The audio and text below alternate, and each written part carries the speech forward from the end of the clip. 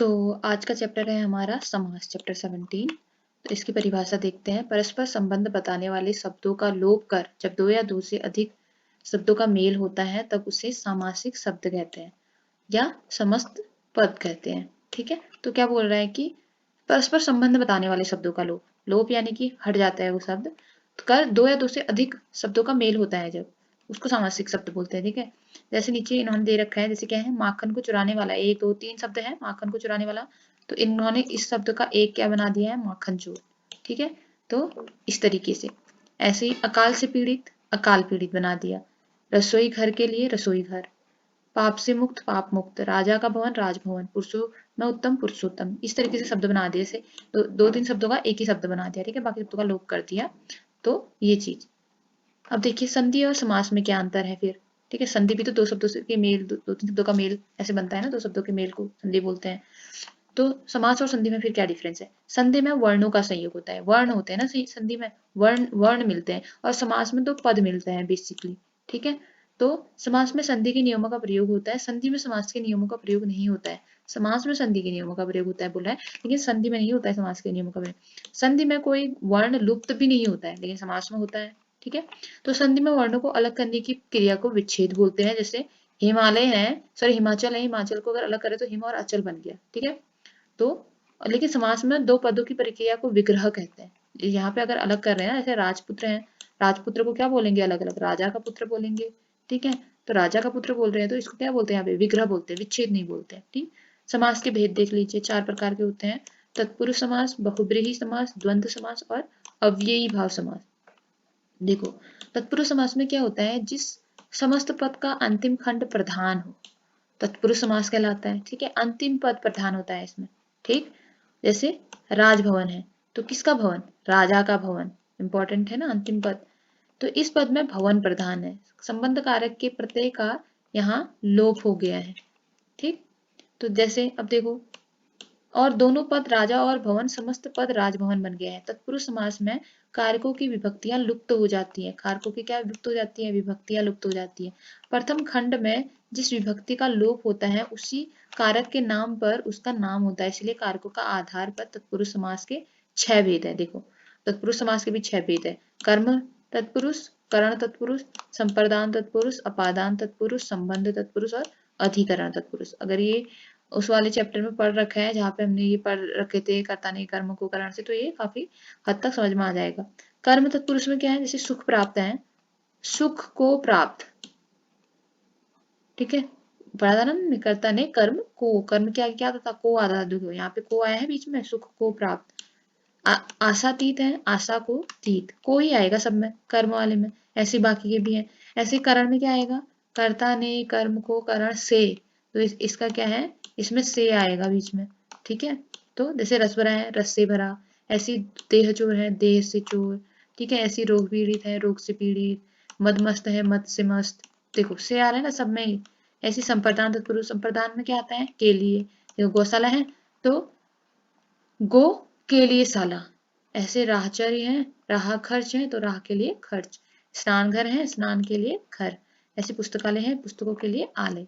ठीक है, अपादान में क्या होता है, अपादान में भी से होता है। जन्मांध है तो जन्म से अंध। ऐसे धर्म भ्रष्ट है, धर्म से भ्रष्ट।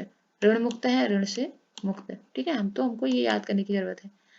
वो चैप्टर अगर वो वाला चैप्टर अगर देख लिया है, वो आगे मैंने पढ़ा चुकी हूँ, तो काफी हद तक समझ में आ जाएगा। ठीक है, संबंध तत्पुरुष है, हिमालय, इसमें का होता है, काके की, रारेरी। ठीक है, काके की, तो हिमालय का आलय। जैसे कठपुतलियां हैं, काट की पुतली, आ गया, कहीं पे का कहीं पे की, तो ये संबंध बता रहा है। ठीक है, अधिकरण तत्पुरुष है, इसमें भी से, सॉरी मैं होता है, मैं पर।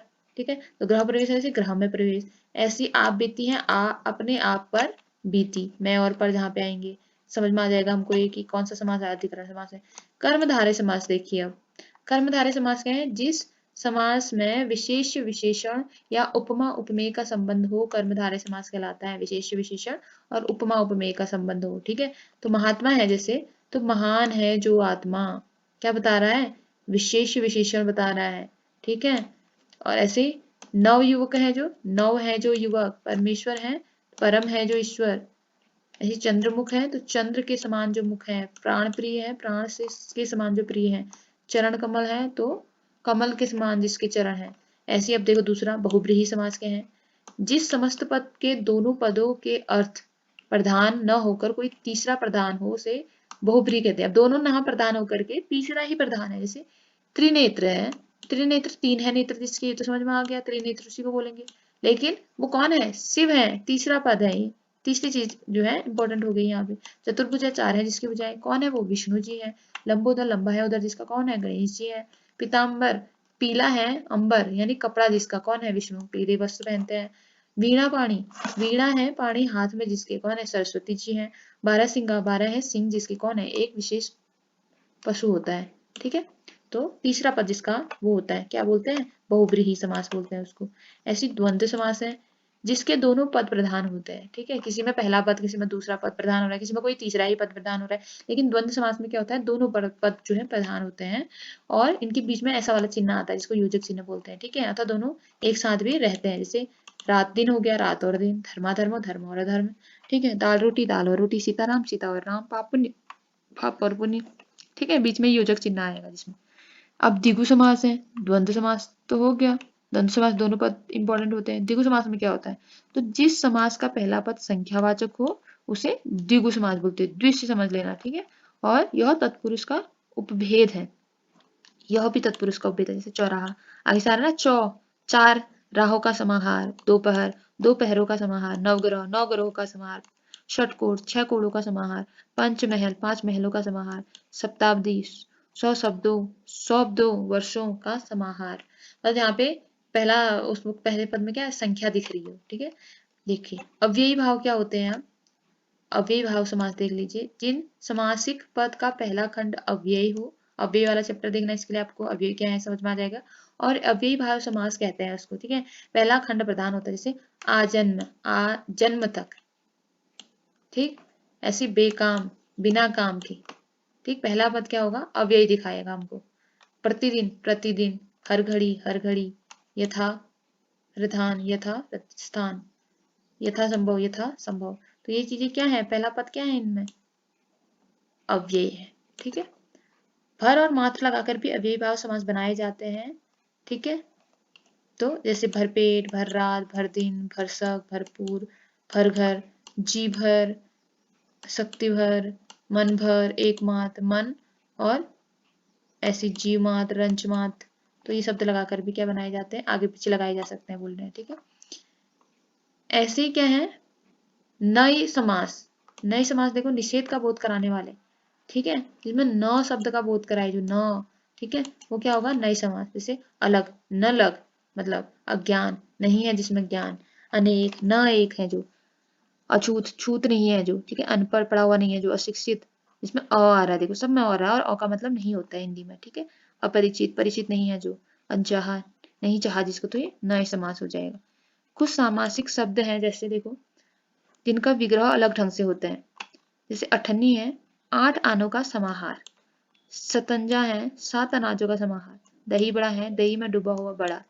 एक तारा है, एक ही तार का बना विशेष बाजा। घुड़दौड़ है, घोड़े की दौड़। घुड़साल है, घोड़े की शाल।